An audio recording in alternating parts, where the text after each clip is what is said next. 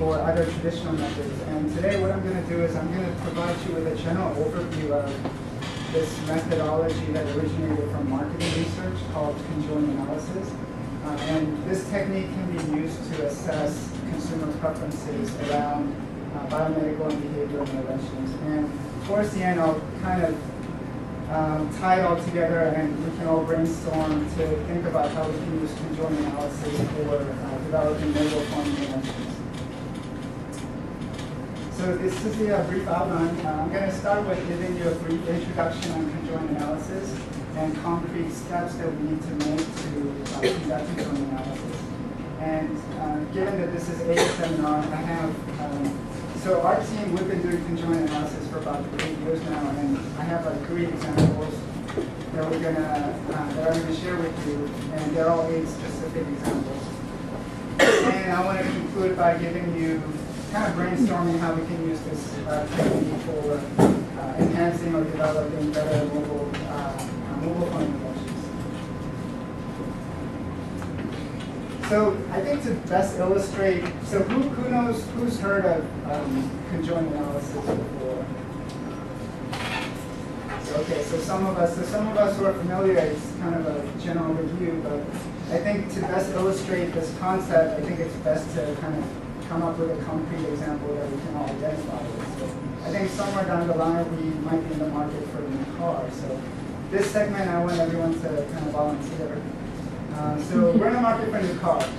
So when we think about the engine size, in terms of horsepower, which one do you prefer? I need a volunteer. Scott? Definitely the 280. Okay. So this is kind of like most of us might think that higher engine power is more preferred. So most of us would say, yeah, I want a car with 280 horsepower. Conversely, when you think about, especially in this climate where gas prices are like out the roof, fuel economy, this is kind of a no-brainer. Rob, what do you think? Oh, I like the first choice. Okay. 280 horsepower.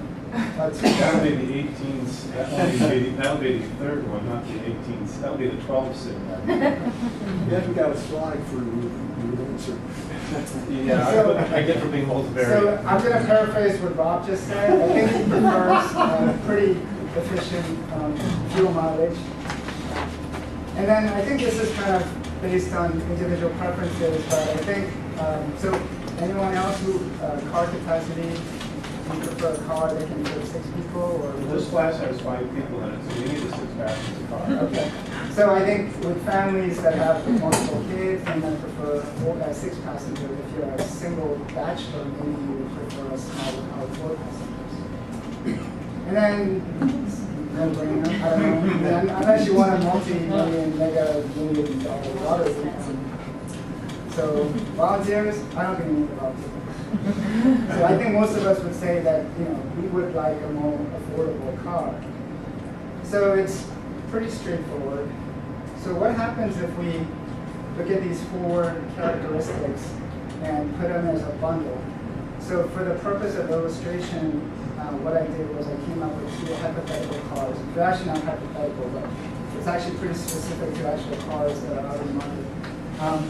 So we have 2 cars, and as you can see, it's not as straightforward as asking people characteristics one item at a time. So for example, the first car, you see that it's a combination of preferred characteristics as well as not so preferred characteristics. So car A, although it has a good fuel economy, is not as powerful and can only fit 4 passengers, and it's much more affordable. Car B, on the other hand, the fuel economy is not as great, but it's got a huge engine power, and you can fit up to 6 passengers, but it's also more costly. So I think this goes to show like real-life scenarios where people have to make kind of trade-offs based on their inherent values. So some people might value. So I guess another volunteer. If you were given a choice of car and car B, which one would you choose, and can you provide me with a justification?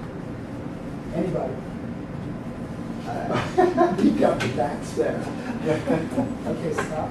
I would go with A because there's only 2 of us in our family, so the passenger side is not so important, but the cost. Okay. And Kate? Well, I'd say the same thing. You then have to choose between which of these criteria is more important to you. Right. And then you choose A for the minor. And I think consumers, they kind of look at their lifestyle and kind of make judgment on which feature is most important. So I can make a counter argument and say that, I really like, I just got a huge promotion. I really like a car that's pretty powerful, and I have a family of 4, for example, and I want more space. And actually my commute to work is only like 5 miles, so fuel economy is not really a priority.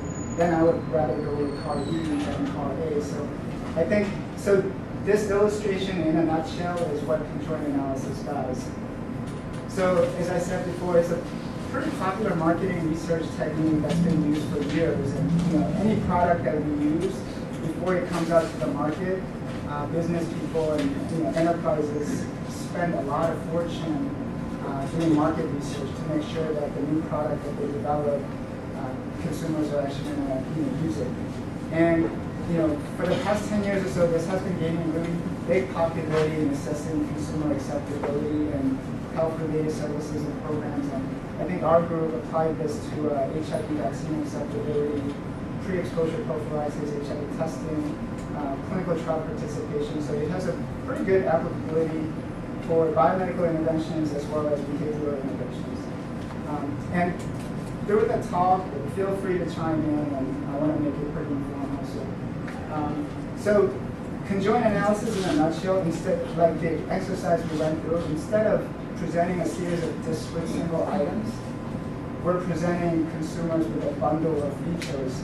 And then this kind of requires decisions regarding the relative importance of different attributes or features. And proponents of conjoint analysis would argue that this more closely approximates real-world decision-making process. And the cool thing about conjoint analysis is that you come up with a product with different characteristics, and this technique allows you to estimate the relative impact of each characteristic on consumers' decision-making process. So steps in conjoint analysis. So to do this, first you have to develop product attributes, whatever the product is. And after you develop the product attributes, you have to define levels for each attribute. And I'll go through with concrete examples so it's much more tangible. After you come up with the attributes, you have to generate the different types of conjoint scenarios. And you can administer the scenarios either on an individual basis or as a group. And data analysis, obviously you have to analyze your conjoint data after you do that. So step one, I would say that step one is by far the most important step. So like the cliche statement, garbage in, garbage out. So conjoint analysis, to me, it's a pretty powerful technique, but if you have characteristics of a product that is not in line with the true preference of consumers, and it's not going to be meaningful. So whatever analysis that you do, if the characteristics that come out to make that product is not realistic, it's not going to work. And to develop product attributes, you can use several techniques. I think last week, Nithya presented findings on the different features of mobile phone that people liked, and she used focus groups with consumers. And you can use focus groups with potential consumers. You can do work groups with experts in the field. You can also do extensive literature review on what's out there, the existing research that's out there in the product. You can also conduct key-informing interviews.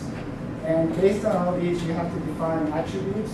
And for each characteristic, it is crucial to define levels of that attribute. So this might sound a little abstract, so we can go through a concrete example. So the first example that I want to give you is application of conjoint analysis in HIV vaccine acceptability. And given that this is an AIDS seminar, I thought this was a pretty fitting example. So as you know, we don't have an HIV vaccine right now, and I think a couple of years ago, the latest trial finding from Thailand demonstrated like 33% efficacy on the vaccine that they're testing. And obviously that's a pretty promising finding given the track record of vaccine research, but I don't think that level is anywhere near the FDA approval level.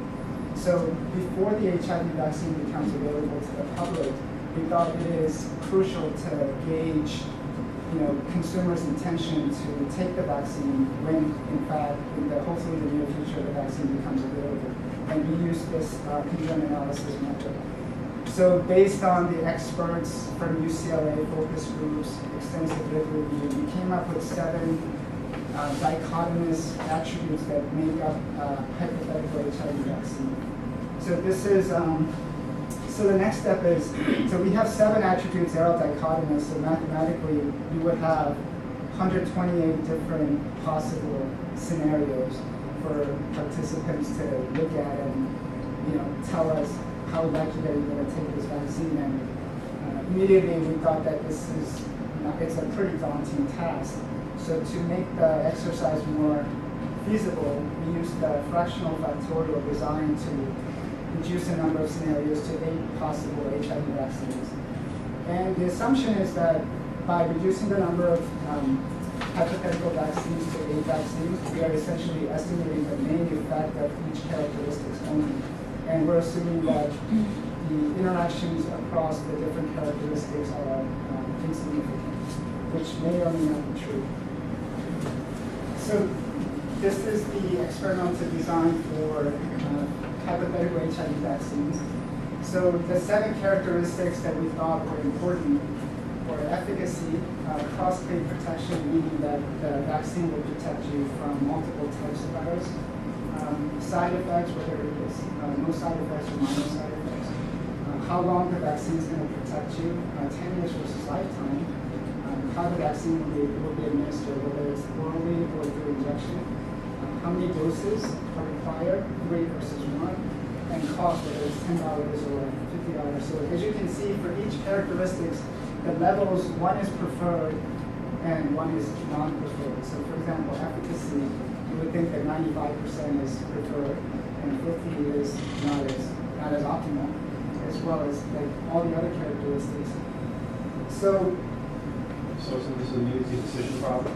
I want 95% efficacy for multiple types, no side effects, and lifetime. And since I like shots, I want a shot. Or I don't want a shot. Right. So I think each like the card exercise that we did, for each hypothetical HIV vaccine, like we'll go through how we administer this conjoint analysis, but each person will weigh, go through all these 8 hypothetical vaccines and then weigh the trade-offs, which characteristic is most important to them, and it's kind of you're not giving us the choice of all positive. Right. But it's kind of jumping ahead a little bit, but I'll show you when we're doing the administration. Go ahead. So your design here is under the assumption that the choices don't affect each other. Right. So the inherent assumption we're making for this exercise is we're estimating the impact, the main effect impact only. So we're saying that. So for this example, we're saying that side effects and efficacy may not be, the interaction between the two are insignificant, or the route of administration, so how you give the vaccine and efficacy or side effects of the vaccine may not be related to one another. Which, in a hypothetical setting, it may or may not be true, but that's the inherent assumption that we're making.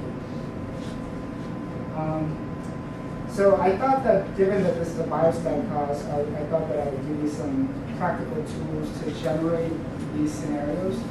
So SAS actually has a pretty nifty solutions command if you go to solutions, and I think this is applicable for version 8.2 or above. So I think most of us have SAS version 9 or something. So if you go to solutions analysis and click on design of experiments, and the example that we used were 7 characteristics, and all of them are dichotomous. So you can select the 2-level design specifications, and as you can see here, it gives you 7 factors, and then the runs correspond to the number of combinations that you can do. So if you look at the first one, it says 8 runs, main effects only, and 128 is basically the full factorial where you're estimating all possible effects. So if you select the main effect only, it'll actually generate a table with the different combinations of preferred and not preferred attributes. And this is a reference to using the interface for ADX interface for design of experiments. And I found another macro statement that you can use in SAS. It's I think it might stand for market experiment, but it's MKTEX macro. And this also creates a very efficient factorial design. So you specify the number of specify the number of levels and then number of runs, and then you can actually type in the variable names that you want. And the last output that you will get is you'll get the output that spits out the different scenarios with different values.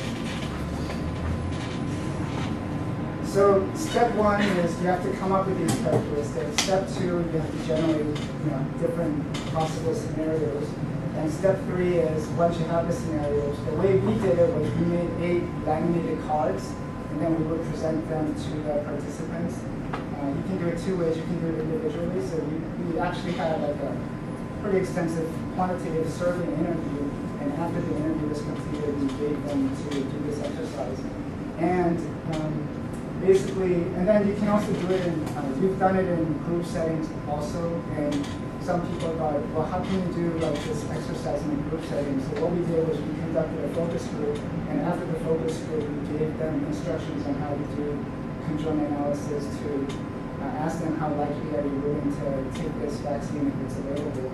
And we sat them in a group, there was like 8 to 10 people, and they were seated pretty far enough so they can't see each other's rankings.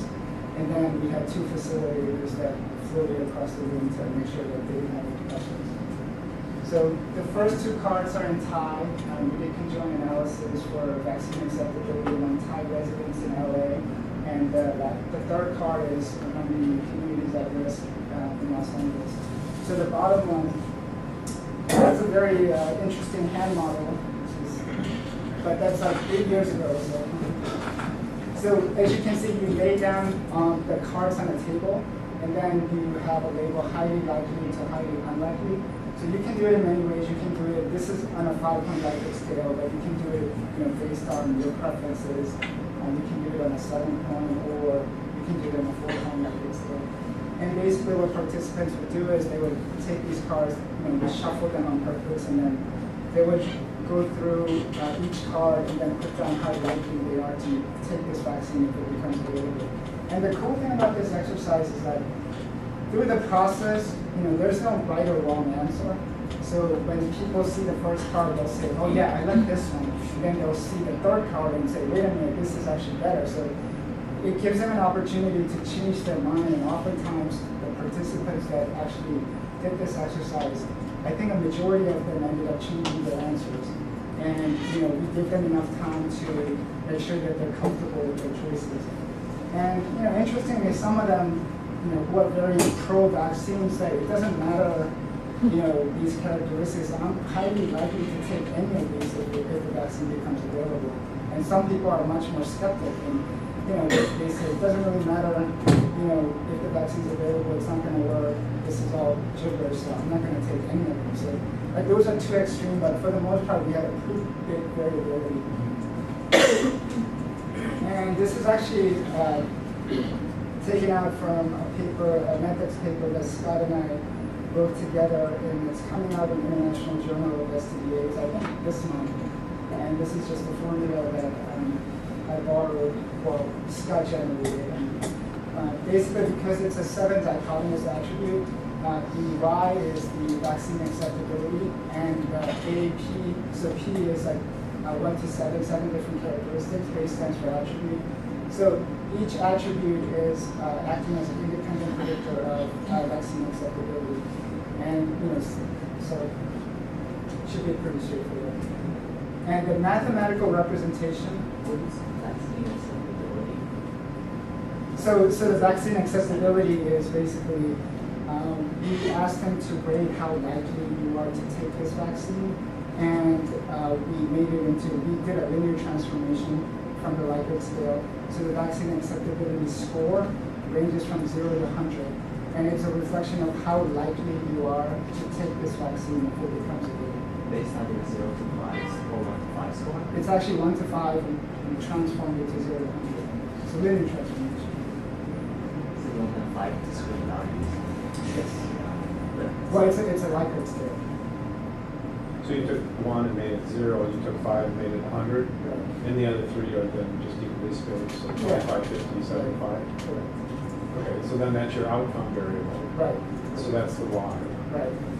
So if you look at, so when I'm talking about the impact of each characteristics, we made it pretty simple because there are 7 characteristics and they're all dichotomous. So the mathematical representation of the impact of each characteristic on acceptability is basically each level has a preferred attribute, preferred level and non-preferred level. So what you do is you take the 4 preferred score for 4 preferred levels, you average them, and then you take the non-preferred levels, you average them, and you take the net difference. So the assumption is if the net difference is 0, that means that characteristic has 0 impact on people's decision-making process.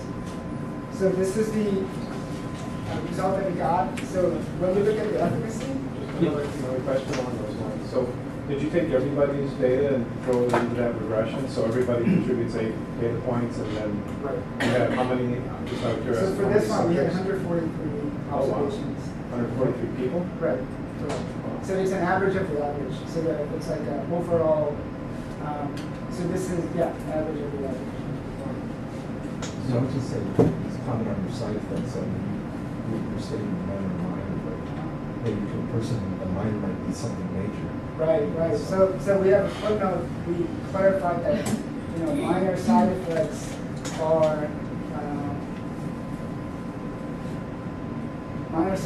are temporary body ache, skin rash, and fever. So we defined it, but to some people, side effects are a big deal, and you're right. So I think defining the characteristics as well as the levels are very crucial. So we can see minor, or more realistically, we could have said severe side effects. That might have swayed people's decision-making process more. But it's all, if the vaccine becomes available, we don't want a vaccine that's FDA approved that's going to cause severe side effects. So in a more realistic setting, we know that it's going to have some side effects, but hopefully it's not going to be a major side effect. Yeah, and it's just like semantics, but in English we can come to a few terms from apply. I don't know. How does that carry over? Is it a similar translation? Yeah, I think, for side effects or for characteristics here, it was pretty transferable to different cultures. We've actually done it among Thai residents, and we've also done it among a small sample of Aboriginal women in Toronto, and we had similar findings. So the impact, what we did was we took the average of the scores across the preferred attributes, preferred level of an attribute for efficacy. And then we took the mean of that, and then we took the non-preferred, took the mean of that, and then you take the difference and you would get 22.68. So the ones in red are the impact scores that were statistically significant. So in this exercise, we found that efficacy had the most impact on people's decision-making process, followed by cross-plate protection, side effects, and how long the vaccine is going to protect them. And the cool thing about conjoint analysis is that it gives you information on what features are most salient in persuading people's decision-making process. Conversely, it also gives you an idea, because usually when you come up with a product, you have several characteristics, attributes. This also gives you an idea of which characteristics are not as influential. So in our exercise, we thought that, initially we thought all these characteristics were important. The route of administration, injection, it didn't really matter. The number of doses didn't really matter. I think in this particular exercise, what drove people's decision-making process was first and foremost the efficacy of the vaccine. And I think that makes intuitive sense. Even if you have some side effects, even if it costs a lot, if it's like really efficacious, people might be more willing to take the vaccine.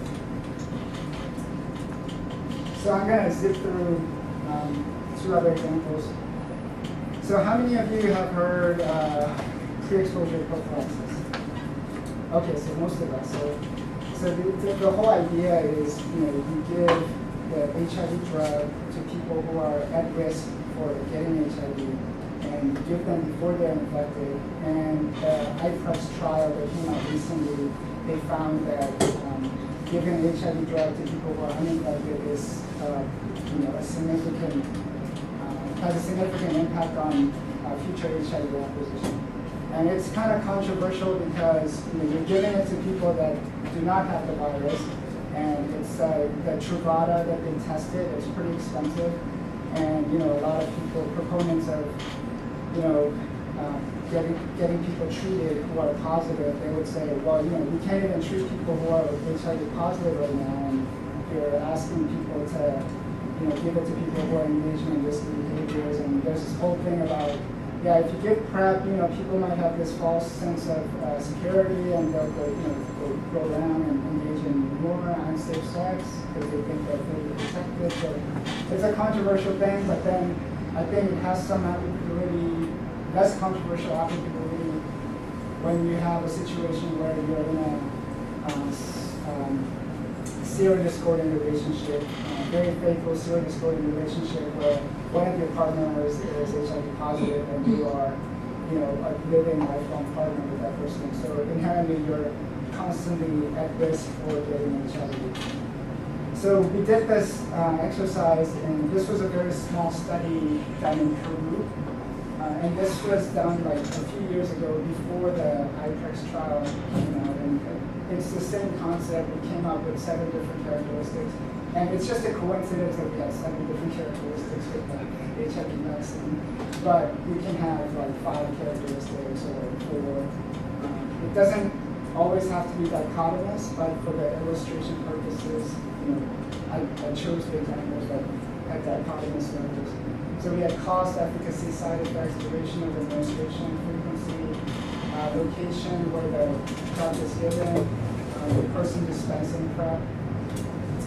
In the results, we found out that the cost of the drug is a significant predictor of their acceptability, as well as efficacy and side effects. And the other attributes had insignificant impact on their acceptability.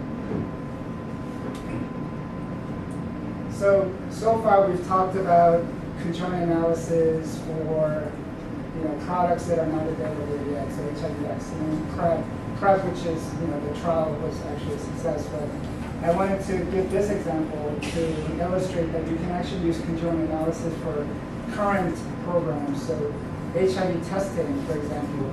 So this is a huge issue because recently there's this huge push for treatment as prevention, where you're encouraging people to get tested early, identify people early. As long as you're HIV positive, there's one school of thought that says, put them on ARV as soon as you find out you're HIV positive, regardless of your CD4 level status.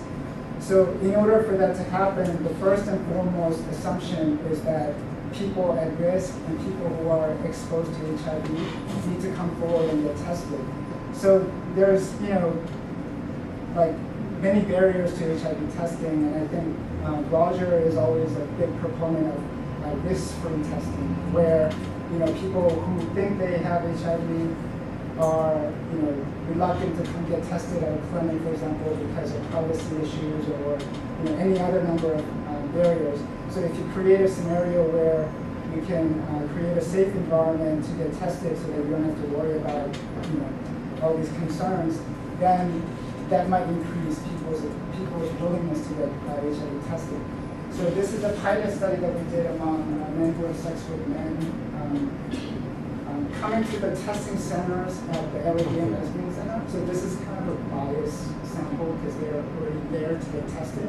But we assessed their willingness to test for HIV, looking at all these different characteristics that make up the HIV testing setting. Counseling location, whether it's given at home or whether you can get the test done at home or at a clinic. Price, the way you sample, collect the sample. how immediate your results will be available, how the results can be given, and privacy. And it was a pretty small study with 75 people, but basically the take-home message of this is that they want a home test kit that's free and that you can collect with a prick of a finger. So realistically, we don't have the home-based testing kit that fulfills all these criteria, and some may not even be feasible. I mean, prick of a finger is feasible, but then in terms of timeliness of results, for example, home-based kit that's FDA approved right now, I think the way it's done is you have to collect your sample, you have to mail it in, and you have to wait a few weeks, and then you have to call a 1-800 number, and then they'll tell you whether you're positive or not, and it's a screening tool, and then you have to go into counseling, and if you're positive, so it's a pretty lengthy and laborious process. So this basically tells us that, we need to do better in terms of, because there's a pretty big disconnect between what people want and what's out there right now. So I think in terms of improving testing, I think people have to do a better job to come up with better strategies. Given that you're taking blood, you could also give them the cholesterol and diabetes check. Yeah, you can integrate the services. Do everything. Composite test. The only problem I have with this is we did a study some years ago with my students. I think it was in India, but I've forgotten where it was, where we asked people whether they would get tested for HIV or not. And then we looked at, and then we gave them a free coupon to get tested. And the uptake of testing was exactly the same in the group that said they would not intend to get tested and the group that said they intended to get tested. Incentivizing testing has a very big impact on. Well, that's true, but I wonder how this would. I mean, the reason I bring it up is because this is all based on intention, but it would be interesting to see how that actually goes into practice. Correct, and I think the current research, it's not a one-on-one correlation between your intention and your actions, obviously, and one of the, I guess, opponents of conjoint analysis to gauge future product preferences is that people say, yeah, you can do all this exercise you want, it's all intentions. Once the product becomes available, how they actually act may be very different from what they say right now. So, that's one of the... That should, to some extent, be tested. It's got an awful lot of variables. Right. It should be testable. Is there like some kind of interpretation for those median test scores beyond this?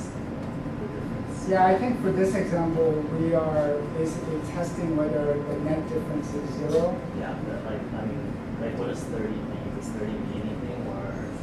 Yeah, well, it's basically, in this particular case, it's a little more than going from one category to another. So it might be from neutral to somewhat likely, or somewhat likely to very likely, or very likely, or not unlikely to somewhat. So there's some limitations on how we did it, and I mean the way we have to do it is because we have to do it in a Likert scale because realistically it's impossible to have people do it any other way. And there's kind of a trade-off, the number of scenarios you want to give them. If it's too much, it kind of defeats the purpose. People get overwhelmed, and the characteristics kind of become blurred again, and the exercise doesn't become meaningful anymore. But I'll give some other examples of more advanced conjoint analysis that's a little different from the conjoint analysis that I presented. Scott, do you have any, as a statistician who's involved in this work, do you have any more advice? Well, I guess the one thing I was going to add to address your point about you know, people might not know what they want or what their intentions might not translate. Dallas and I have talked about this with the mobile phone research, heading in that direction. When you look at user preferences, the critique again is, well, how can you ask people their preferences if they haven't used smartphones?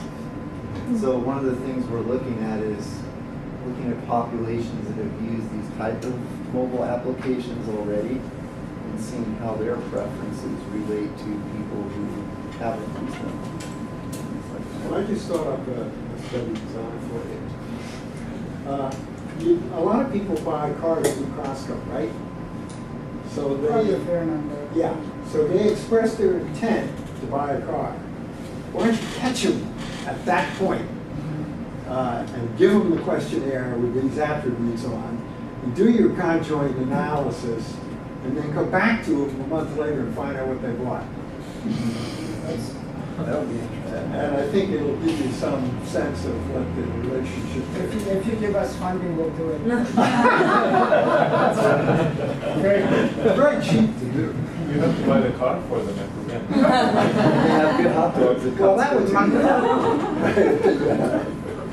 So I wanted to kind of conclude by kind of brainstorming based on the talk that Dallas and they gave. I think they did a really interesting talk about mobile applications for behavior research. And I kind of jotted this down based on last week's talk, but this can be many other characteristics. We're using mobile phones as an intervention platform. And I kind of worked on some of the features that Ridley and Dallas brought up. So I think they mentioned whatever the project is, the prompts.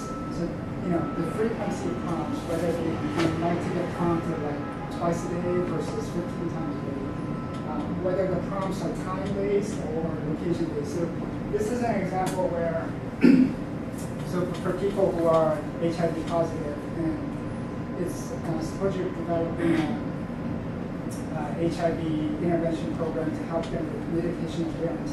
Some people might like time-based prompts where they get a prompt when they wake up in the morning, and then it gives them a reminder that they have to take the medicine. A prompt is a phone call? It's An alarm, it'd be like an alarm on the Yeah. phone. and conversally, other people might like location-based prompts where they get prompted when they're at home because of privacy issues, and they don't want to get prompted when they're at their workplace. Real-time feedback. Some people might prefer real-time feedback. Some people do not. Customizable reminder, stress button. I think Nikki and Dallas mentioned stress button. It's a thing where you're stressed and then you press a button, and then you can go back later in the day to annotate, why you press the stress button at that specific time. And then number of widgets on the screen in terms of the design of the cell phone and how it looks on the screen, the number of different widgets you have. Some people might prefer. It's kind of like a computer desktop. Some people have lots of icons. Some people have very clean with no icons at all.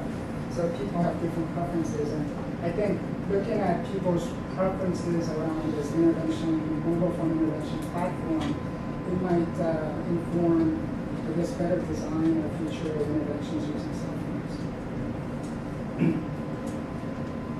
phones. So I said, there are other types of conjoint analysis, and I think there's this thing called adaptive conjoint analysis. So what this does is, as you saw in the exercise before, if we have 7 characteristics with dichotomous, it's like 128 different scenarios. So what this does is it adapts to individual preferences before you do the conjoint analysis. So before you do the conjoint analysis, you ask them a bunch of detailed questions, and then you you gauge their preferences first. So you find out that for this person, cost doesn't matter at all. For this person, side effects is negligible. So you refine the number of characteristics, and then you do conjoint analysis in a more, detailed manner, where you can actually test out the interaction terms. There's also this thing called choice-based conjoint analysis. So our example, we gave them 8 different scenarios, and they were, kind of saying how likely they are to take this vaccine. Choice-based conjoint scenario basically will give you all these scenarios, and they will force you to make a choice. Which one vaccine are you willing to take if you're given the option of these 8 vaccines? So I think choice-based is usually like 3 or 4 different choices. So this one is a different way of, it might be a more realistic way, because when you're in a real life setting, when you're buying a product, you're going to buy one product out of many choices. And the way you calculate the impact is number of wins that specific scenario got in terms of choices that people made, and that would be calculated to reflect the impact. So very briefly, concluding remarks, I think the most important point that I want to make when you do conjoint analysis is that the design of characteristics or attributes, that's the very first critical step. If you have attributes that are not meaningful and the levels are not meaningful, the exercise is not going to give you any meaningful output and assign levels. So levels are very important. So this is kind of a thing where conjoint analysis came out from marketing and economics, but it's a good tool to integrate or to bridge the biomedical science and behavioral science together to engage and to assess product acceptability for potential consumers. And these are references to some of the papers that we published using conjoint analysis. And I'll be able to recommend a 5-minute break. So, thanks very much. I had a quick question. Sure. Is there any value, if you wanted to test the main effects, is there any value in coursing your scenarios to be realistic? Like, or to have, like, say Truvada, for instance, like put that line in there? Yes. I mean, I think the more realistic you can make the scenarios, I think it's better. But then, conversely, you also want to mix in scenarios that are less realistic too, because if the realistic scenario is a scenario where people are not willing to take, and more preferred one is something that's not attainable, then it kind of tells you that people are not going to take Truvada. Then why develop Truvada for PrEP? So I think there's value in creating scenarios and characteristics that are realistic to the actual product that's going to become available. At the same time, you also want to test scenarios where it's the optimal way, so that if people are willing to take the whatever the product may be, and it's never going to be developed, then the product that's going to be out there, you might have a concern that the uptake is not going to be like 100%. So yeah, I think there's value in both. Why did you opt against the discrete choice analysis? Why didn't you pursue that instead? Because it seems like the sum of scores is somewhat nebulous. I mean, yeah. I think we didn't opt out against it. It's just something that I found recently,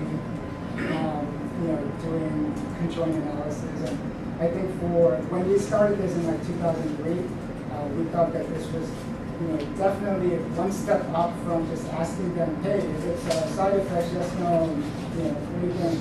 So we thought that at that time this was a pretty, more advanced way of eliciting consumer preferences. But yeah, you're right. I mean, I think adaptive conjoint analysis and choice-based conjoint analysis, because consistently across all the studies that we did, we found out that some of these attributes that we thought were important were not really important relative to other characteristics. So one thing we can do is, instead of having 7 characteristics, we can define it with, so the next step might be just get the attributes that had significant impact, and then generate scenarios, and then have them choose which vaccine they would be willing to take, just choose one. So that could be a kind of a combination of adaptive and choice-based analysis. But yeah, we don't have a reason why we didn't use that. Sounds like the Republican primary.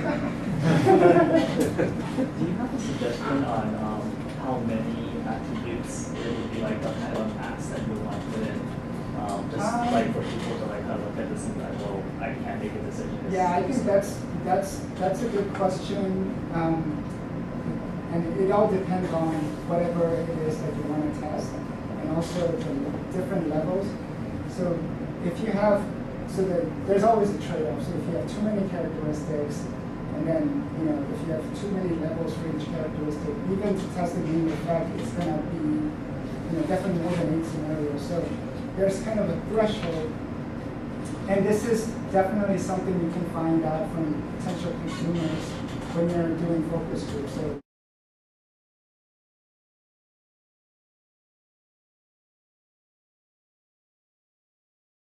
you can say, we have these X number of characteristics with these levels. You think you can effectively differentiate which is better. So there's no right or wrong answer for that. The Republican. But yeah, I think it's and it's very specific to different type of thing that you want to test. So I think there's yes. Oh, do you have any thoughts on how choice-based conjoint analysis compares to logistic regression? Well, shouldn't it just be like the multinomial? Like, Yeah, because like, I think the choice-based, what they do is they count the number of wins for each scenario, and then they look at the attribute that make up that winning scenario. And for example, if all the ones that they chose had efficacy of 95%, then that efficacy will have a pretty high impact. Whereas all the ones that they chose had a mixture of 95% and 50%, then efficacy may be, the impact of efficacy may not be as great as. So it's just counting the number of wins and then looking at the characteristics that make up that scenario that was chosen. Okay. Thanks, Jay. All right, so we'll take a 5-minute break and be back. Jay's going to hand out his Yeah, I think, question. yeah. Do it now. Okay.